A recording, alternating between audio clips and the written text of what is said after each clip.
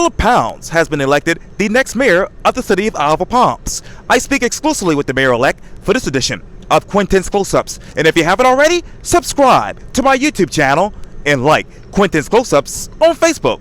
Phillip, welcome back to Quintin's Close-Ups. Great, Quintin. Thank you so much. Hope you've had a great weekend. Appreciate you reaching back out.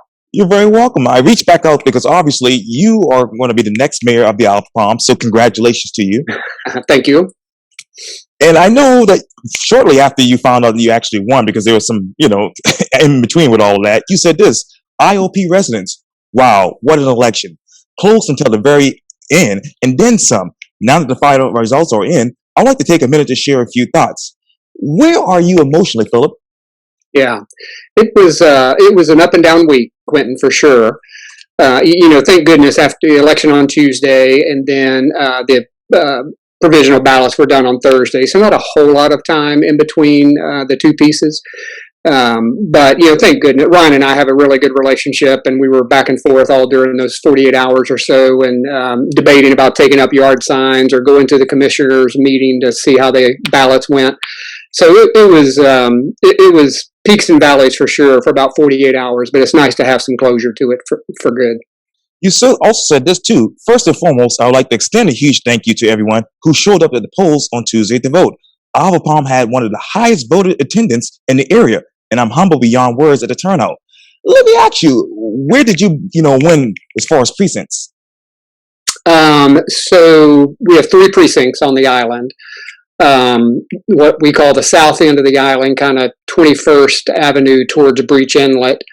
I think Ryan won by about 50 votes, give or take.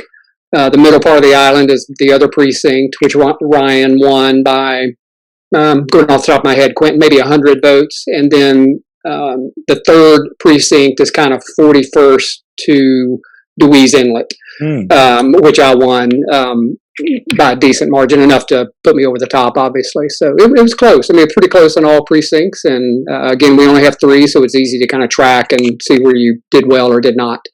Yes, sir. And you also said this too. It was an important event, and you showed up in great numbers to engage in a critical process for the future of our city. How do you engage in that critical process right now? Yeah. So, again, Quintin, to your point, really good turnout on the IOP, much higher than just about anybody in the Low Country, I think, for an off-cycle election, which does show a very engaged population. A lot of residents, had strong feelings one way or the other. We had 2 good candidates running, in my humble opinion.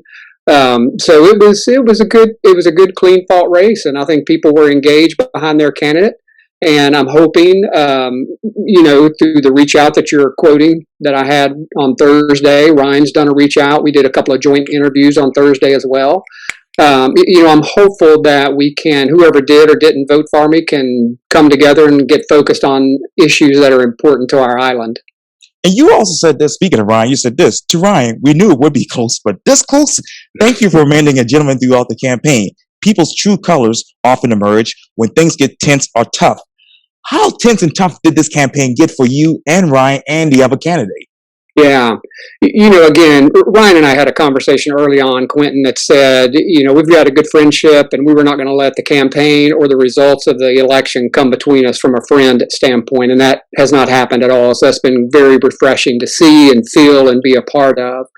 The tenseness, there's not really a playbook, Quintin, for running a campaign or running an election or getting to election day or what you need to be doing the last week of the election. So, the tenseness or the pressure is probably self-invoked to a large extent, always thinking you need to be doing more or something different to make sure folks are going to get out the vote, which obviously that worked, or that they're going to vote for you. So, there was not tension between the candidates, in my opinion, at all.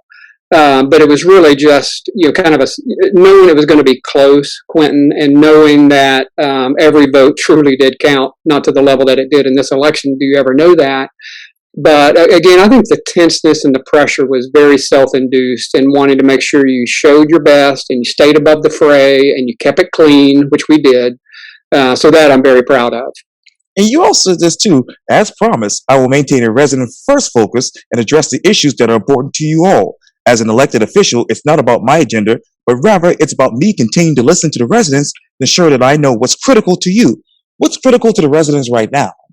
Yeah, and Quintin, most of us ran on a platform of doing something about the traffic flow and something about the parking.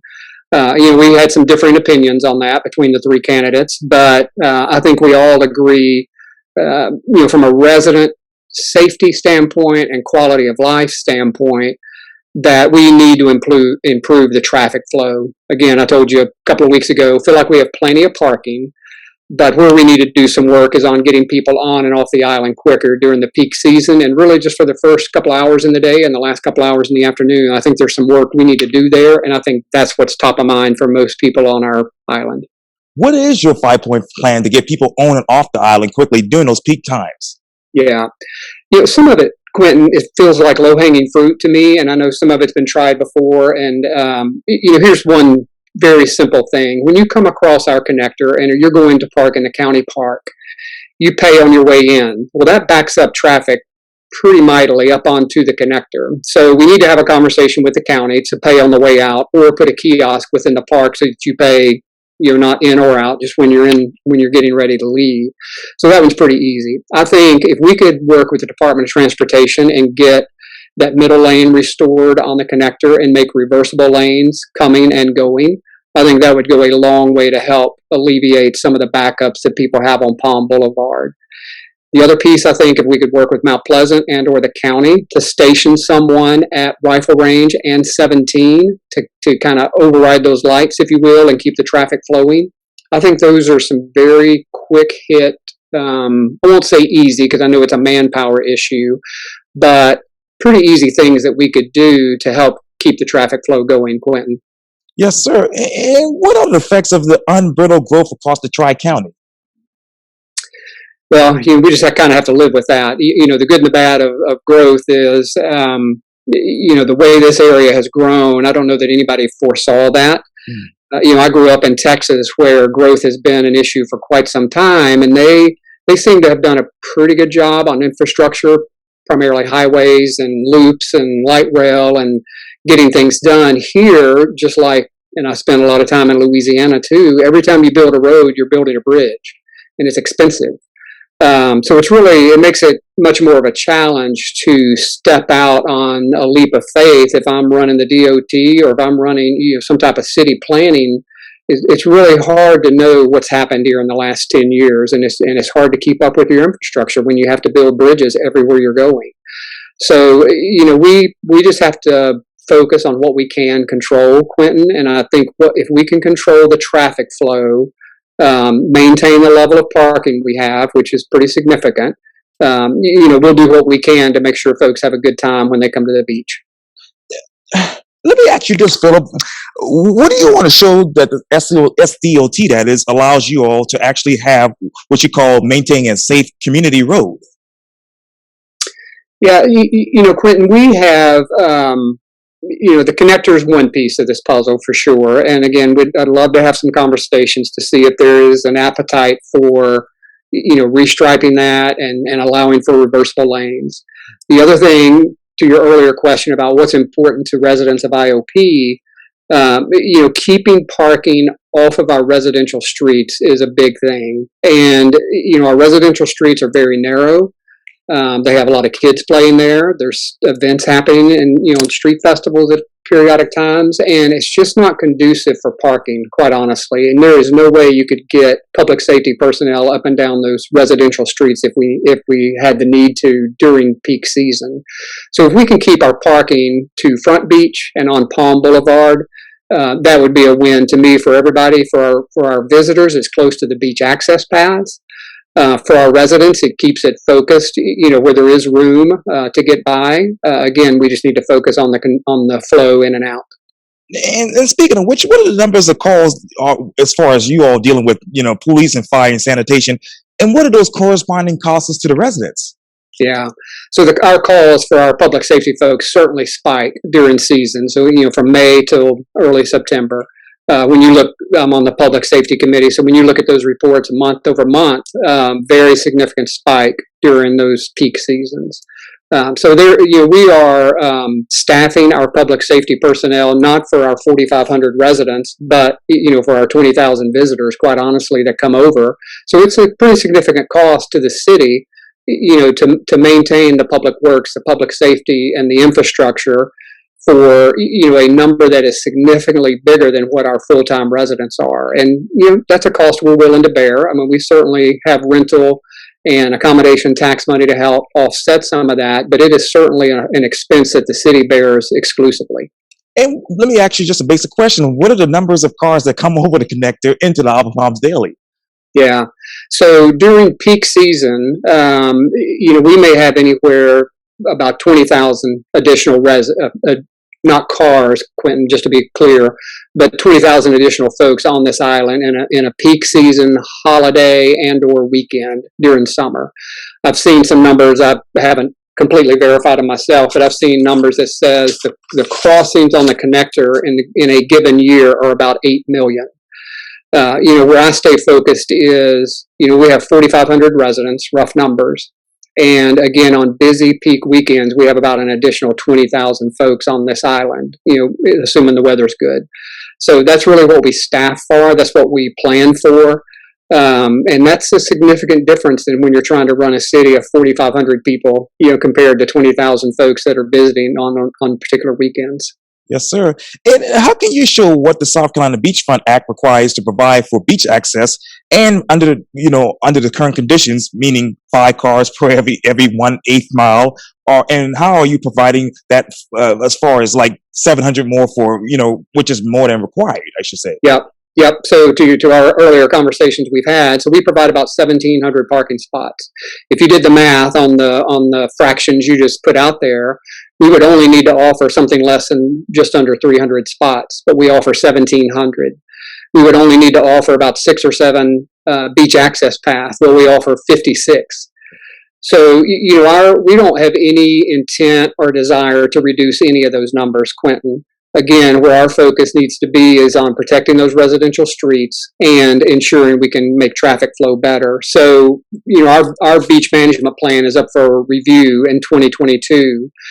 2022 is just an internal review, so to speak, by the city. So we've added some spots since 2015. We'll update it to reflect the 1,700 parking spots that we have currently. And then in 2027, we have a full review of our beach management plan, which will be, to DHEC and to DOT for approval. But again, the one for next year is just an internal review, just to update the numbers, make sure everything's accurate. And what are the numbers currently? So 1,700 parking spots, 56 access paths. When the beach management plan was done and finally approved in 2017, I think it was like 1,550 spots, but between the DOT work at Breach Inlet and on Palm Boulevard, that's been increased to 1,700. So we'll need to update it for that figure itself. The beach access paths have been pretty consistent with the 56 number, so I think that will stay the same. But again, we'll just need to update it for the increased spots, with the angled parking on Palm, and then with the increased spots at Breach Inlet that the DOT did last year. Now, and I'll get back to that in just a second, but what's more important for the island right now? Building new homes and commercial space, or rehabbing, expanding, and better utilizing those existing homes? Yeah, good question. Because if you've been out here, which I know you have recently, there is a whole lot of construction going on, and some of that is tear down and rebuild for sure. A lot of renovations that are going on. One of our main revenue items for the city is building permits, and for the last 2 years, it has continued to be a pretty significant number for us, which just tells you how much activity is going on out here.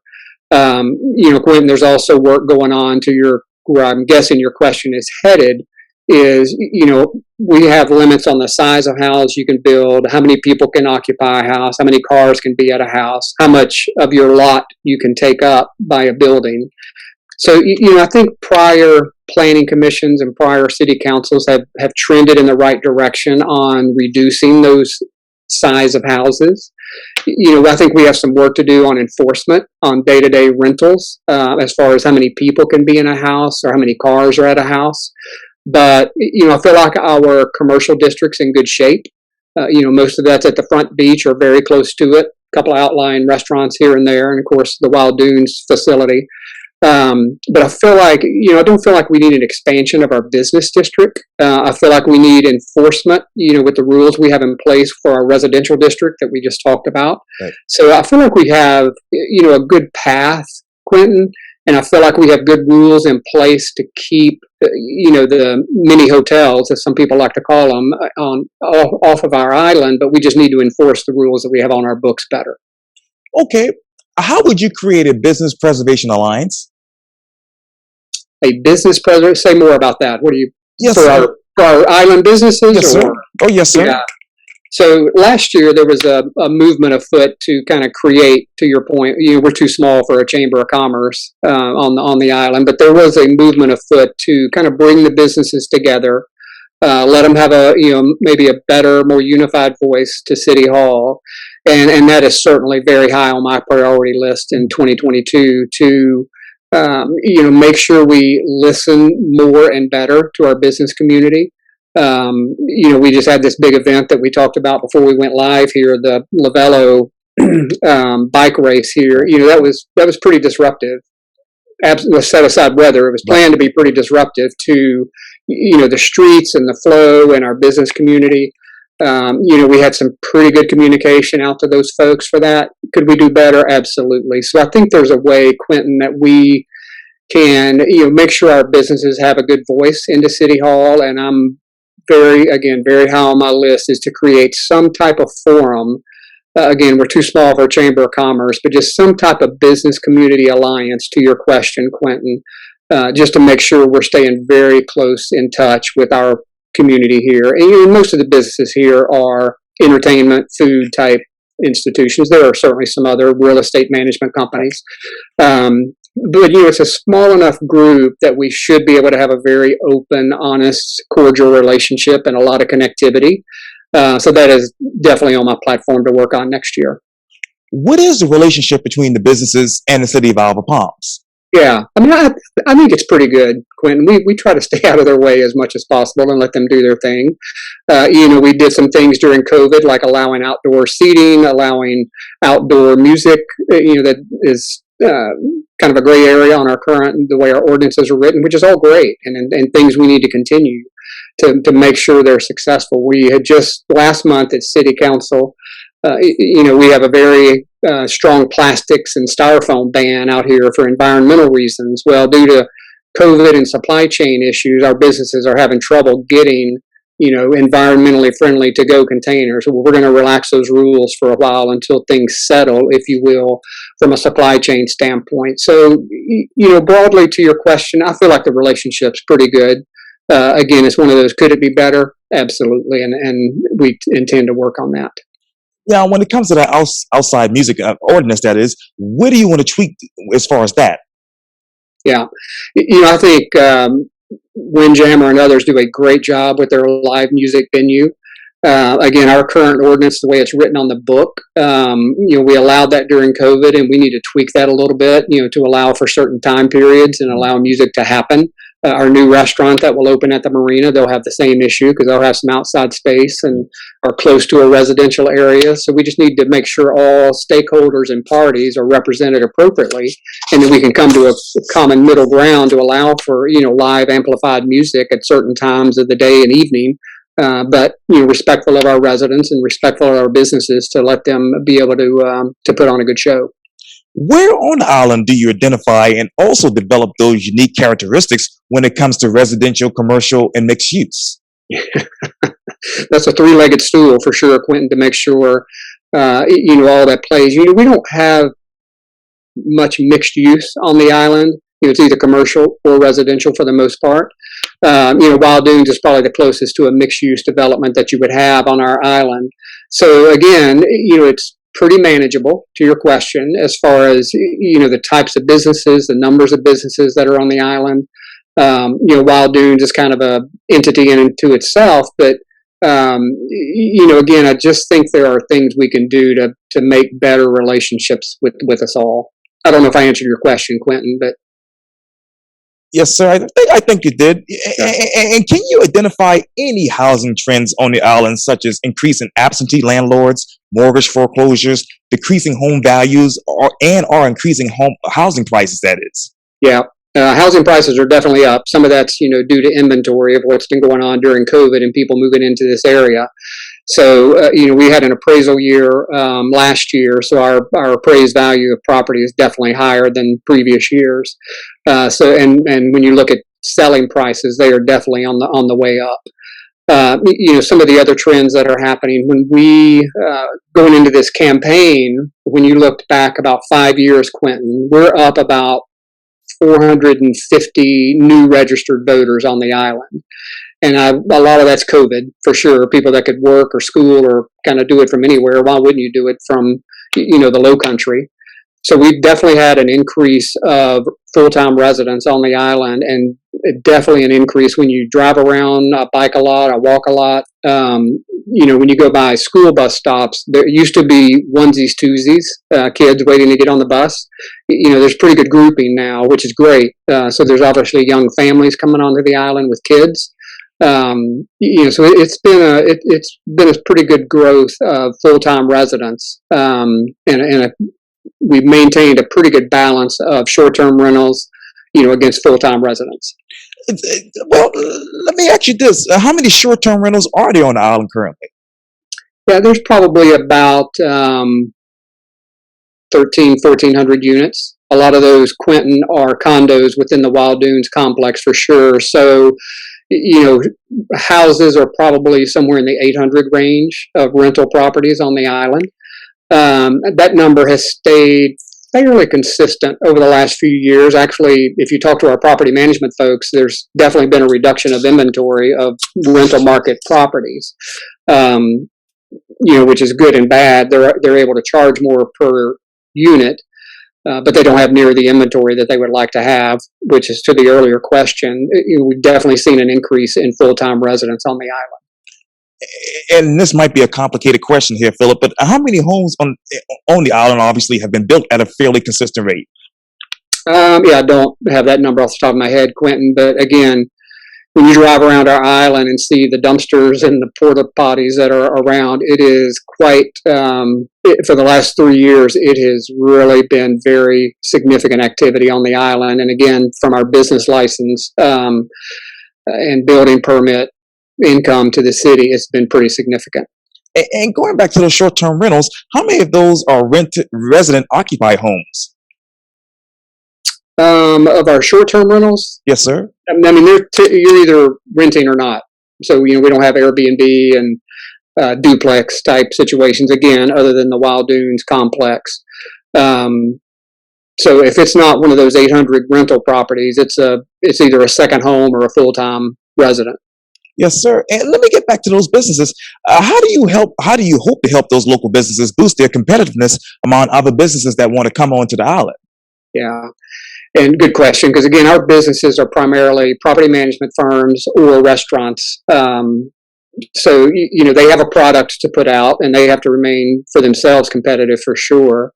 Again, to me, the best thing the city government can do is kind of get out of their way and let them do their job and let them be competitive and not put anything in their way that's going to keep that from happening, like outside dining, like amplified outside music, like, relaxing some rules when supply chains are tough. So, I think, Quintin, again, I just think we need to make sure that communication avenue is very open with those business owners and that we know what they need, like these to-go containers. Seems like a small thing, but, when you add the price increase, the lack of product availability to that, amongst everything else they're dealing with, it's at least a little bit of help that we can provide as a city to let them reduce their cost or buy product that's more readily available. Yes, sir. And speaking of avenues, how would you push for safety measures within the new and existing regional transportation facilities? Yeah, we, again, being an island, the CARTA bus that came out here last year is probably going to be the best we can hope for, Okay. and that's not bad. I think there are, again, some conversations happening with CARTA management to how can we increase ridership for that during our season. Can we change where it gets on and gets off? Can we change, how it's advertised? So I think there's some conversations that are happening there. The work that's going on up and down Rivers Avenue eventually for the bus route I don't think will affect us much, except, are there conversations you could be having to have other CARTA buses somewhere else other than just Mount Pleasant to shuttle people over? I think everything's on the table, Quintin, quite honestly, to figure out how to make the experience better for our day visitors, for sure.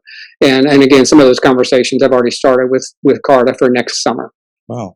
And this could be a complicated question again, too, Philip. But would you be in favor of establishing a state-of-the-art connectivity system that connects residents and visitors to the top attractions on the island and those recreational spots on the island? Yeah, and again, Quintin, some of that has happened, and I feel like we have certainly tiptoed into this arena of using technology. If you're familiar with the Beach Reach app, Right. For all the barrier islands here, that's a good start. And we need to overlay parking availability on that. We need to overlay business, that are open and operating, and what's available on each of the barrier islands for that. So I think we have some decent foundation laid for that, Quintin.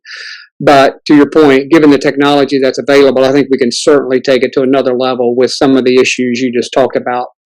Advertising our businesses, making sure they know what's open, making sure they know who's playing at the Windjammer or wherever else for that weekend. I think there are definitely things we could do to use that Beach Reach app in a better way. And speaking, obviously, of city government, how would a strong mayor-council form of government work under your administration? Yeah. So, just to use the right terms, we don't have a strong mayor in our setup. It's a council form of government. So Right. we each have a open voice, or one voice, if you will. Quintin, when we talked before the election, and part of what's been my mantra throughout the campaign is this whole idea of leadership. And, we have now at least four new members coming onto council that are first-time office holders. Right. We'll have a special election for my seat first part of next year, so you may have five, new council members, depending on who throws their hat in the ring. So, talking about leadership for the last 4 months and then actually putting it in place starting in January is going to be critical, Quintin, because we've got so many new folks, new to public office, new to the island to some extent, which is great. But it's just going to require, some strategic thinking. The mayor gets to set the agenda, can certainly set the tone, for openness or transparency or communication or camaraderie, Quintin.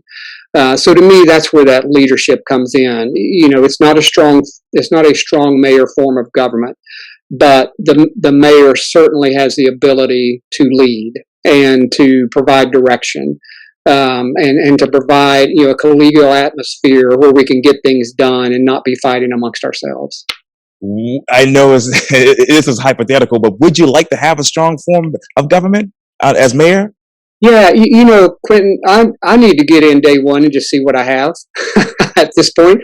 But I think the council form works fine. I'm not on any kind of an ego or power trip at all to get into this role, and don't need more by any stretch. So again, I would like to figure out how to provide the leadership and the role of the mayor in this current form, Quintin, to be quite honest with you. And I think that can be done, even though it's one of 9, if you will, council members. But I just think there's enough control levers that a mayor has. And again, the strategy and making sure we're communicating well and are operating in very open transparency, those are very high on my list for next year. Mayor-elect Phillip Pounds, thank you so much for your time. And again, welcome back to Quintin's Close-Ups. All right, Quintin, let's do this again. Thank you so much. Yes, sir. Thank you.